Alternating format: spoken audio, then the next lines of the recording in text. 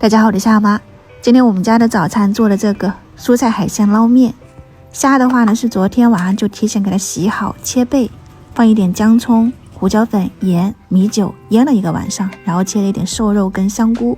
肉的话呢，其实你可以用五花肉，也会很香的。他们不爱吃肥肉，我切的比较嫩一点的部位。锅里面油热，你倒一点蒜末或者是葱末，把那些香菇啊、瘦肉放进去，然后再倒入腌好的大虾，在这翻好均匀。其实你也可以提前给它焯一下水，就一起炒，它那个鲜味会更足一点。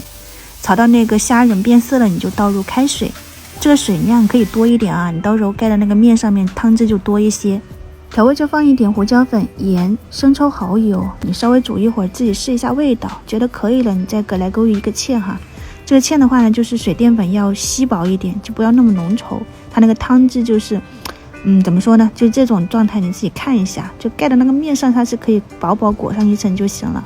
后面你加点青菜放进去，然后这边煮好了以后就来煮面。我用的是这一种竹升面，也叫做云吞面，我就用它来做捞面拌面，口感很好。你别看它细哈，但它煮出来的口感也是蛮筋道的，它里面是加了那些蛋清来和的面。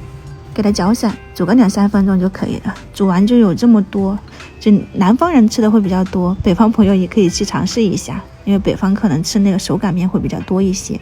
撒上葱花，浇上我们煮好的那个蔬菜虾仁汤汁，我们今天的盖浇捞面就做好了哈，很香很好吃，有肉有菜有面，就这种基本上全部都有了，你做起来也比较方便。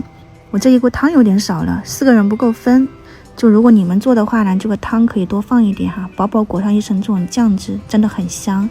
我不能吃虾，这一碗才是我的，加了一点葱油酥，你们喜欢的话呢，可以去尝试一下。先开吃了，我们晚上再见，拜拜。